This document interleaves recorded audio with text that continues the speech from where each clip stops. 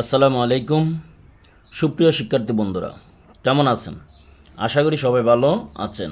আমার NA English and technology learning YouTube চ্যানেলের পক্ষ থেকে সবাইকে স্বাগতম।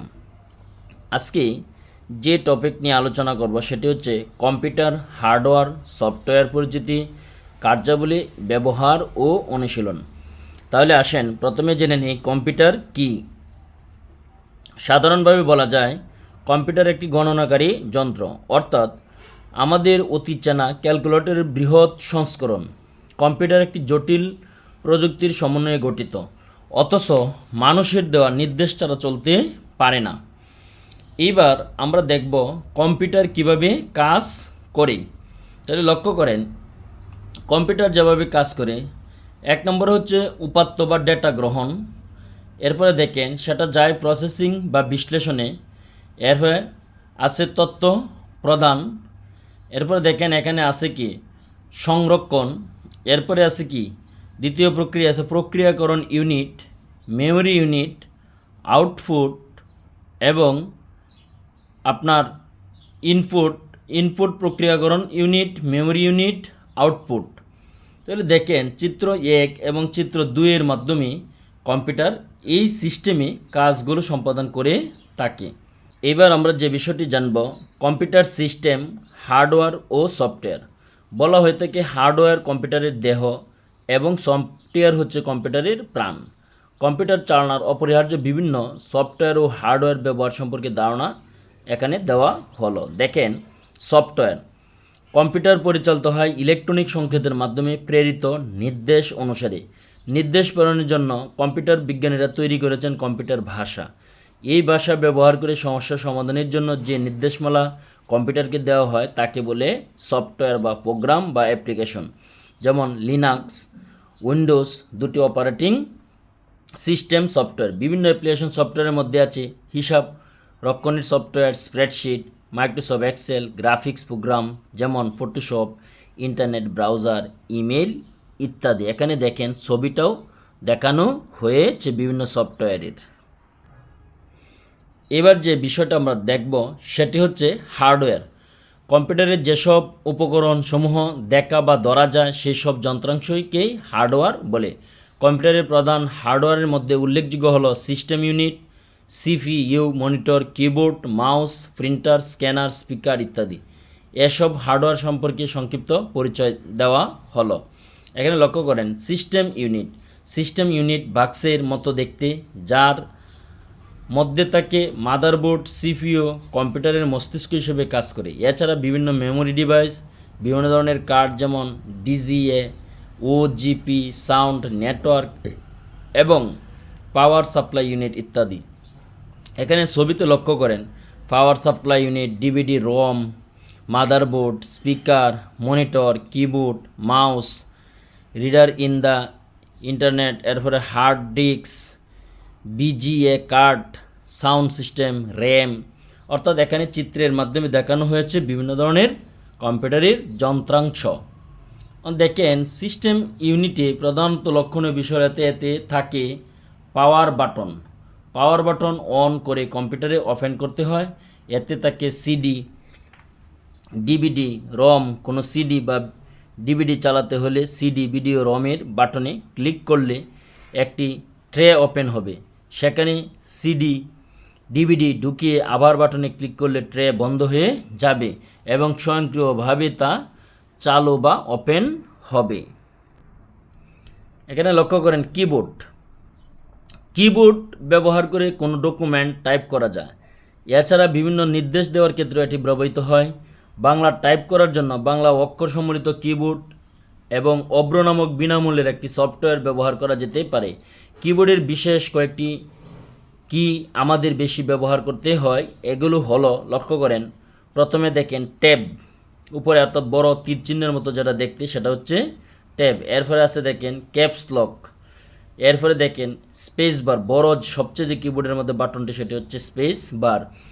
এরপরে লক্ষ্য করেন উইন্ডোজ কি, এরপরে কন্ট্রোল কি, শিফট, এন্টার কি, অ্যারো কি, backspace tab, numeric pad, function কি।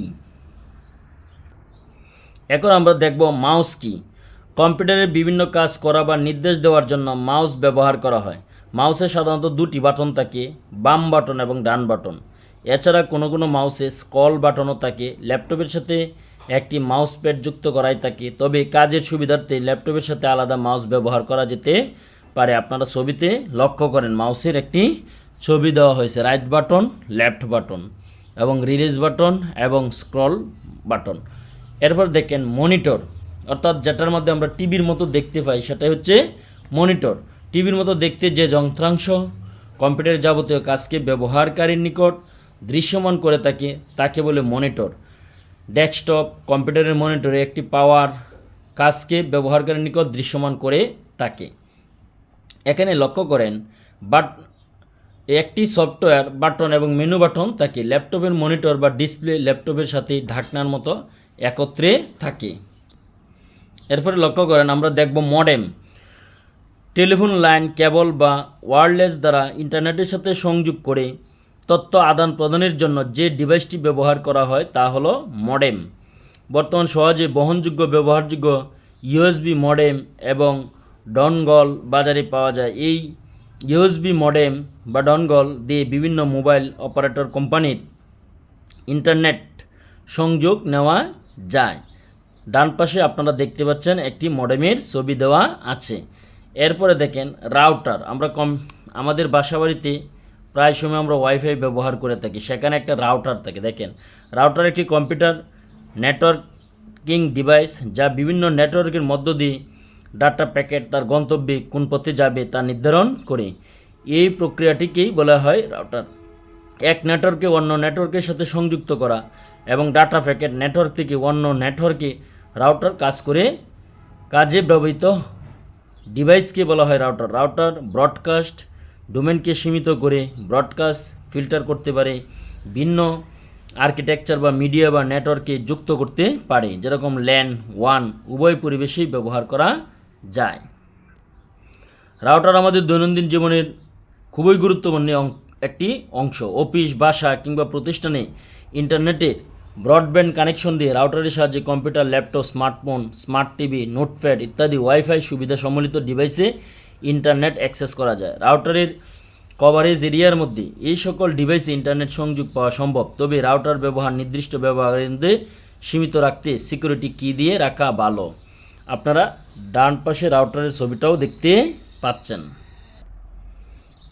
এখন লক্ষ্য করেন প্রিন্টার। আপনারা এখানে দেখেন ডট মেট্রিক প্রিন্টার, ইনকজেস প্রিন্টার এবং লেজার প্রিন্টার। কম্পিউটারে প্রস্তুতকৃত কোনো তথ্য বা ডকুমেন্ট প্রিন্ট করার ক্ষেত্রে যে ডিভাইসটি ব্যবহার করা হয় তাকে প্রিন্টার বলে। সাধারণত 3 ধরনের প্রিন্টার ব্যবহার করা হয়।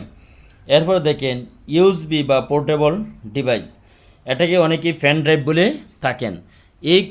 এক কম্পিউটার থেকে অন্য এক কম্পিউটারে ফাইল ইউএসবি ড্রাইভে কপি করে নিয়ে অন্য কম্পিউটারে ওপেন করা যায়। অর্থাৎ কম্পিউটার থেকে কম্পিউটারে তথ্য আদান প্রদানের ক্ষেত্রে ইউএসবি ড্রাইভ বা ফ্যান ড্রাইভ একটি গুরুত্বপূর্ণ সহায়।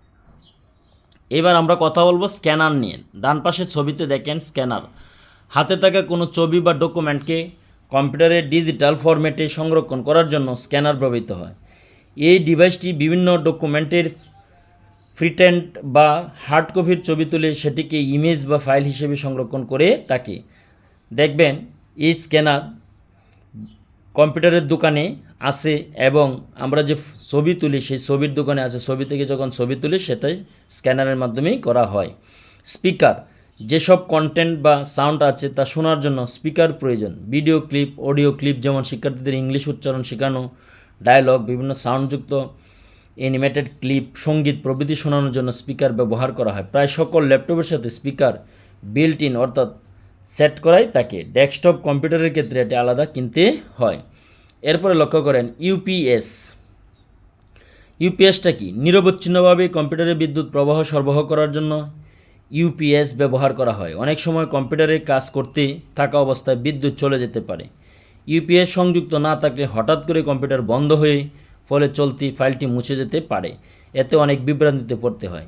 ইউপিএস সংযুক্ত ওপেন করা ফাইল সেভ করে কম্পিউটার সঠিকভাবে বন্ধ করার সময় পাওয়া যায়। এতে কম্পিউটারের হার্ড ডিস্ক সমূহ ক্ষতির সম্মুখীন হয় না।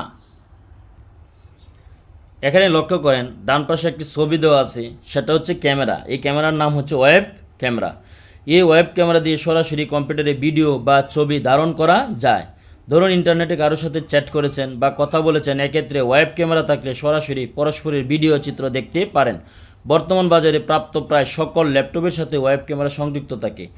ডেস্কটপ কম্পিউটারের ক্ষেত্রে আলাদা ওয়েব ক্যামেরা কিনে নিতে হয়। এতক্ষণ কম্পিউটারের system unit, monitor, keyboard, mouse, CD, DVD, ROM, USB drive, UPS ব্যবহার সংক্ষেপে আপনারা জানতে পেরেছেন। আরও আপনারা কি করবেন, পরবর্তীতে বিস্তারিত জানতে পারবেন। আশা করি আপনারা বিভিন্ন ধরনের কম্পিউটারের ফাংশন এবং বিভিন্ন ধরনের ডিভাইসের ব্যবহার জানতে পেরেছেন। আপনারা যদি এখনও আমার চ্যানেলটি সাবস্ক্রাইব না করে থাকেন, তাহলে আশা করছি আপনারা আমার চ্যানেলটি সাবস্ক্রাইব করবেন, লাইক, কমেন্ট, শেয়ার দেবেন। সবাইকে ধন্যবাদ দিয়ে আমি এখানেই শেষ করছি। আল্লাহ হাফেজ।